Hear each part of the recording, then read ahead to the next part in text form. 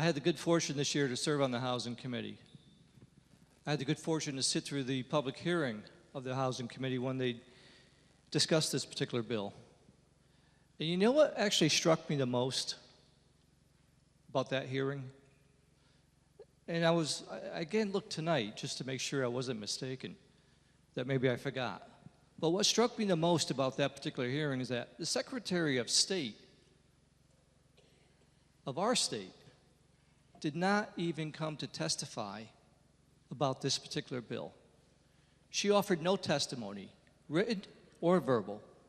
Now, I served on GAE as well, and she, our good Secretary of State, has been impassioned in her efforts to make sure that everybody has an opportunity to vote.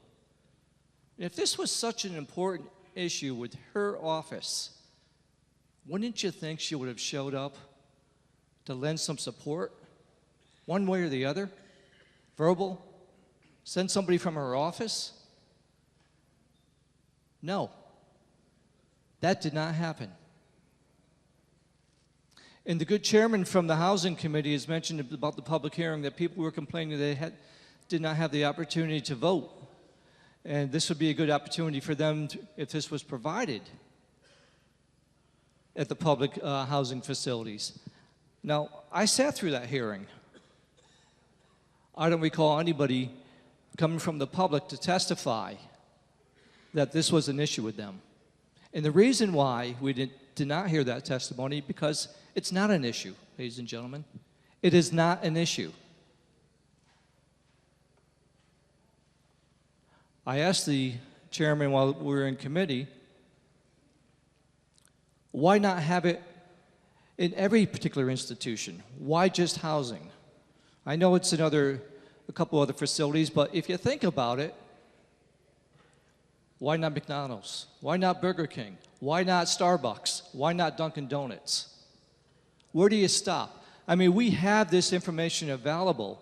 And the thing I was concerned with in the committee, and the thing I'm concerned with now, is that there's no training component whatsoever. Why is that an issue? Well, think about it. We have all kinds of regulations, all kinds of restrictions on our statutes right now for absentee ballots,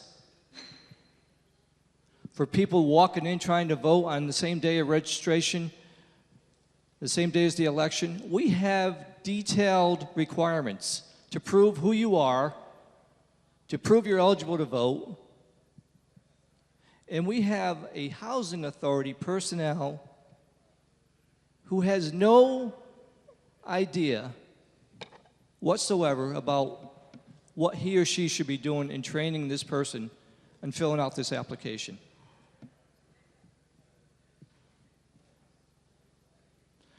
I don't know. Does that seem right to you? It doesn't seem right to me. If we're looking for fairness in our elections, then we should strive for that.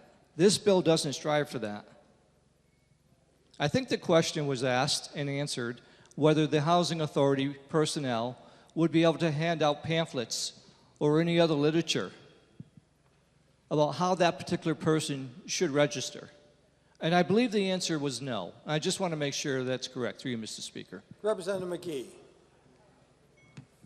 Through you, Mr. Speaker, please repeat your question. Representative Smith.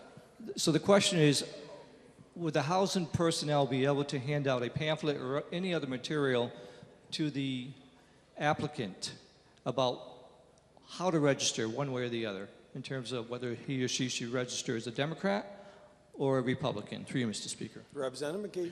Through you, Mr. Speaker. Again, this bill outlines providing a voting application. Doesn't talk about which party one should be a part of. And if I'm reminded of our public hearing, I believe the good gentleman was very clear on his comments with respect to involving housing representatives in partisan politics, and that we wanted just for the housing representative to provide voting applications to prospective tenants. Through you, Mr. Speaker. Representative Smith. So my question through you, Mr. Speaker, is there any prohibition for the housing personnel to hand out other literature to the applicant at the time they're helping them with this particular registration through you? Representative McGee. Through you, Mr. Speaker, no. Representative Smith. And therein lies the concern I had at the public hearing level, at the committee level, and it remains with me today.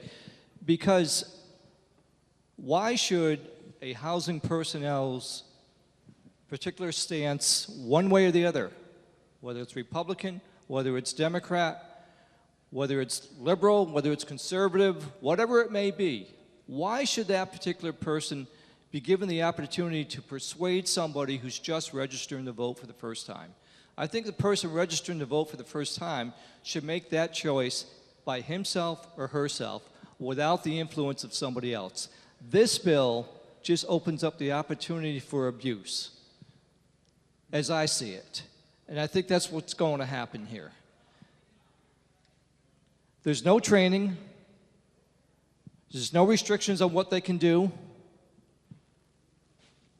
There's no impetus from the Secretary of State's office to have this done. There's no prohibition from the Housing Authority to do this already. It was clearly indicated by a good representative from Naugatuck.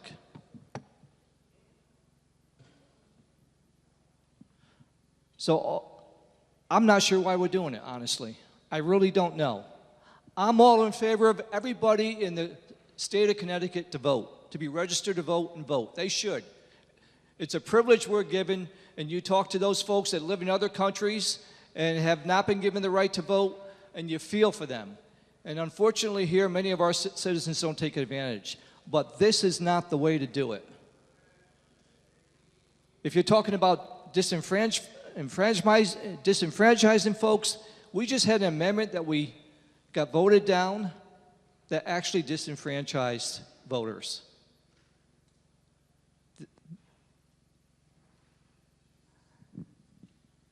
I don't know, Mr. Speaker. Sometimes I stand up here and I speak into this microphone and hoping somebody's listening, because it doesn't seem to me that we're actually doing things that will help our citizens actually in a fair and honest manner. And I wish that we would. So I ask my colleagues not to support this bill because we don't need it. If we needed it, I'd be all behind it. But since they can do it already without any prohibitions, let them do it. Let not us be the ones that dictate to them what they have to do at a cost to them without any guidance, without any training, without any recommendation from our own Secretary of State. Thank you, Mr. Speaker. Thank you, sir.